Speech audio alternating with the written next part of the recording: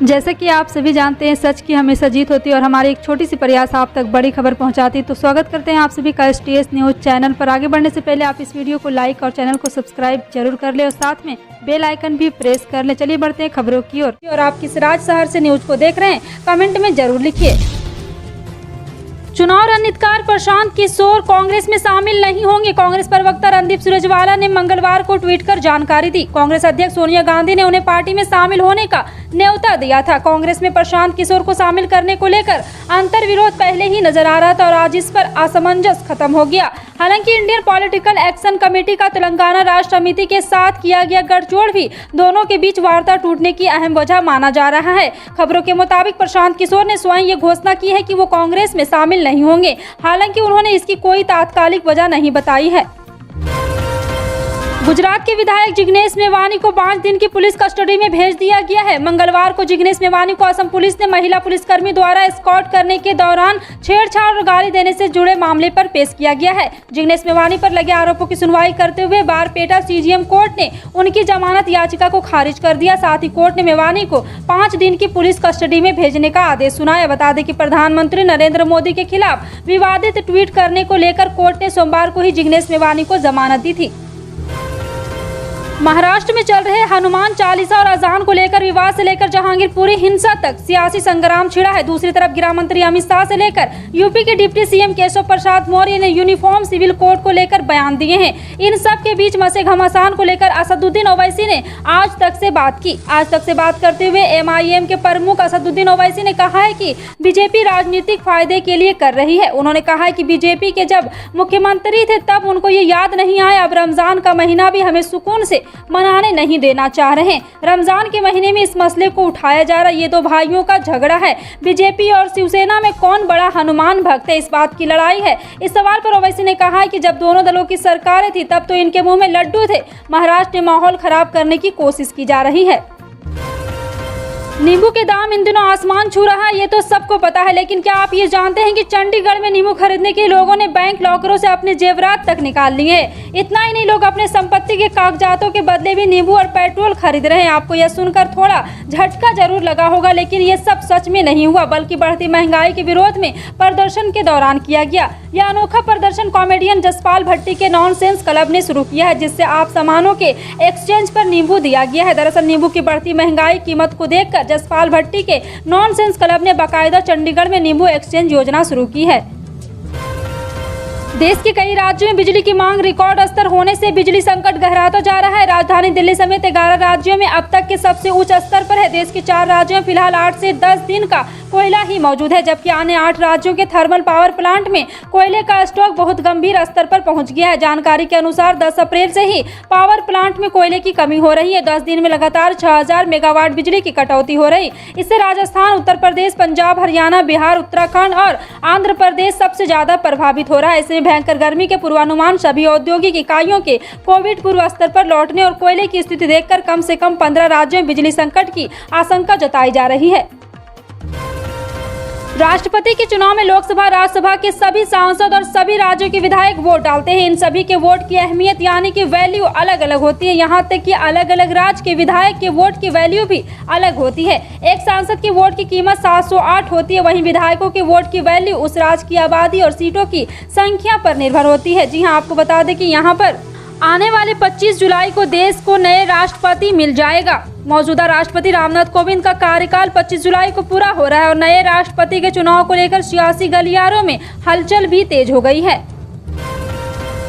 साल 2013 के मुकाबले साल 2020 में देश में नक्सलियों की ओर से की जाने वाली हिंसा में 41% और इससे होने वाली मौतों में 54% की बड़ी गिरावट दर्ज की गई है। साल 2020 से 21 के केंद्रीय गृह मंत्रालय की वार्षिक रिपोर्ट के अनुसार नक्सली हिंसा की घटनाएं काफी हद तक सीमित हो गई और सभी माओवादी हिंसा की घटनाओं में से 88% केवल 30 शहरों में हुई है।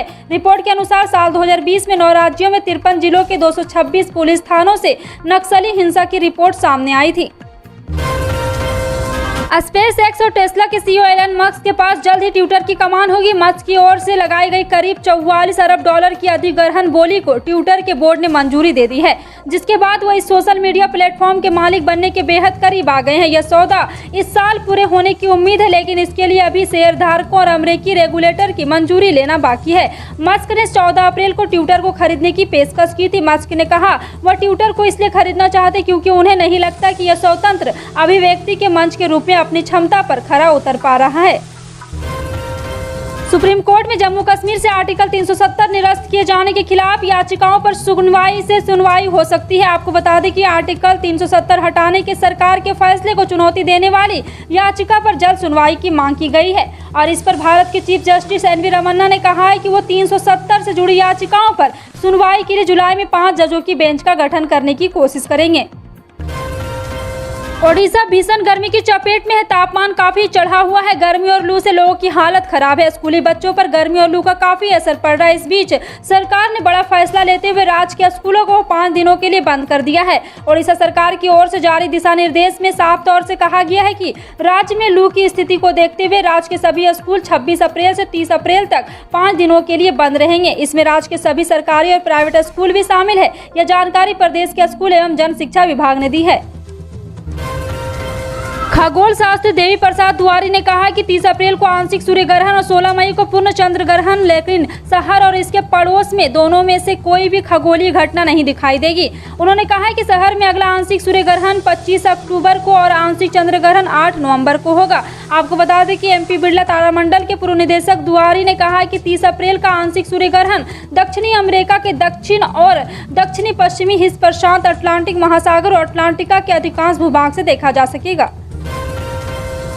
पंजाब कांग्रेस के पूर्व अध्यक्ष नवजोत सिंह सिद्धू ने नए सिरे से पंजाब की भगवंत मान सरकार के खिलाफ हमला बोला है। सिद्धू ने कहा है कि भूमाफियाओं को राजनेता, नौकरशाह, संरक्षण और सरकारी कर्मचारी मदद देते रहे हैं और पंजाब का यह सबसे बड़ा घोटाला है जो लाखों करोड़ों है। सिद्धू ने मंगलवार को यह भी कहा है कि लगातार घोटाले किए जा रहे हैं। यदि आम आदमी पार्टी की सरकार भूमाफिया को खत्म करने की प्रति वाकई गंभीर है तो इस घोटाले में शामिल लोगों के नाम उजागर करे। दक्षिणी पश्चिम दिल्ली के मोहम्मदपुर इलाके में दिल्ली पुलिस के हैंड ग्रेनेड के साथ एक अज्ञात बैग मिलने के एक दिन बाद एक स्थानीय भाजपा पार्षद भगत सिंह टोटक्स ने कथित तौर पर धमकी भरा फोन आया है। टोटक्स ने मंगलवार को कहा कि दिल्ली के मोहम्मदपुर इलाके में सोमवार को जो ग्रेनेड मिला है वह उन्हें और मोहम्मदपुर के लोगों को धमकाने के लिए किसी असामाजिक तत्व की शरारत है। पार्षद टोकस ने बताया कि सोमवार को मोहम्मदपुर में एक हैंड ग्रेनेड मिला था। यह मुझे और मेरे गांव के लोगों को धमकी देने के लिए असामाजिक तत्वों की शरारत है। मोहम्मदपुर नगर गांव का नाम माधवपुरम करने के लिए निगम में पारित प्रस्ताव के बारे में बोलते हुए टोकस ने कहा है कि पिछले साल हमने जोनल कमेटी में मोहम्मदपुर का नाम बदलने का प्रस्ताव पारित किया था। हमारे गाँव के लोग भावनाओं को ध्यान में रखते हुए निगम द्वारा संकल्प पारित किया गया था। योगी आदित्यनाथ को उत्तर प्रदेश का सीएम बने आज 1 महीना पूरा हो गया। इस 1 महीने में योगी आदित्यनाथ ने जिस तरह से काम किया उससे ऐसा लगता है कि उनके विरोधियों के पास उन्हें घेरने के लिए आने वाले वक्त में कोई मुद्दा नहीं रह जाएगा। पिछले 4 हफ्ते में योगी सरकार ने कई ऐसे फैसले लिए जो एक सीएम और एक प्रभावशाली राजनेता के तौर पर आदित्यनाथ की अलग पहचान बनाते हैं। जी हां, आपको बता दें कि योगी सरकार 2.0 की पहली कैबिनेट का पहला बड़ा फैसला मुफ्त राशन योजना और 3 महीने बढ़ाया है। 15 करोड़ लोगों को राशन मिलने की संभावना है। और आपको बता दें कि दूसरा बड़ा योजना है कि योगी सरकार सभी तहसीलों को फायर टेंडर की सुविधा उपलब्ध कराने और तेजी से कार्य कर रही है। तीसरा सबसे बड़ी योजना आगे आने वाले 2 वर्ष के अंदर 10 लाख करोड़ रुपए का निवेश लक्ष्य के साथ उत्तर प्रदेश की एक बार फिर ग्लोबल इन्वेस्ट समिट होगा। और भ्रष्टाचार, लापरवाही और जनता से जुड़ी समस्याओं में अनदेखी करने के मामले और कई ऐसे मामले जो योगी सरकार को बहुत ही रोचक बनाती है। पेपर लीक मामले में 3 पत्रकारों पर फर्जी मुकदमे के मामले में अब राजनीति शुरू हो गई है। सुभाषपा के राष्ट्रीय अध्यक्ष ओम प्रकाश राजभर अब इस मामले में खुलकर सामने आ गए। पत्रकार डीएम और एसपी के निलंबन की मांग कर रहे हैं। धरनारत पत्रकारों के समर्थन में ओपी राजभर बलिया पहुंचे थे। उन्होंने कहा कि वह विधानसभा सत्र में यह मुद्दा उठाएंगे। मीडिया से बातचीत करते हुए उन्होंने कहा कि पेपर लीक पत्रकार की नहीं, केंद्र व्यवस्थापक की जिम्मेदारी होती है। जिन्होंने सच दिखाया उन्हें जेल भेज दिया गया, जो गलत है। हम सभी लोग पत्रकारों के साथ हैं। उन्होंने कहा कि 10 मई को जब विधानसभा सत्र चलेगा तो वह इस मुद्दे को सदन में उठाएंगे। उत्तर प्रदेश की तर्ज पर बिहार में भी अतिक्रमणकारियों के घरों पर बुलडोजर चलने लगा है। मंगलवार को यूपी के सीमावर्ती गोपालगंज जिले में योगी मॉडल का नजारा देखने को मिला। सरकारी भूमि पर अतिक्रमण कर अवैध निर्माण को बुलडोजर से तोड़ दिया गया। यह पूरी कार्रवाई मजिस्ट्रेट और भारी संख्या में पुलिस बल की मौजूदगी में हुआ है। और आपको बता दें कि यह कार्रवाई फुलवारिया थाना क्षेत्र के तुर्कापट्टी के भागवत परसा और कल्याणी गाँव में की गई है। बढ़ती गर्मी के साथ ही बिहार में पेयजल की समस्या भी बढ़ने लगी है, लेकिन राज्य सरकार का दावा है कि पूरे बिहार में कहीं भी पीने के पानी की दिक्कत नहीं है। मंगलवार को पीएचईडी मंत्री रामप्रीत पासवान ने कहा है कि सरकार ने इसकी पूरी व्यवस्था कर ली है। पहाड़ों पर प्यास बुझाने के लिए टैंकरों की व्यवस्था की गई। दरअसल प्रदेश में पेयजल के लिए सरकार की तरफ से नल जल योजना की शुरुआत की गई। भीषण गर्मी के चलते कई जगहों पर नल जल योजना में शिकायत की खबर आने के बाद पीएचईडी विभाग ने निर्णय लिया है कि योजना में गड़बड़ी की शिकायत मिलने पर संवेदक से 2000 रुपया जुर्माना वसूला जाएगा।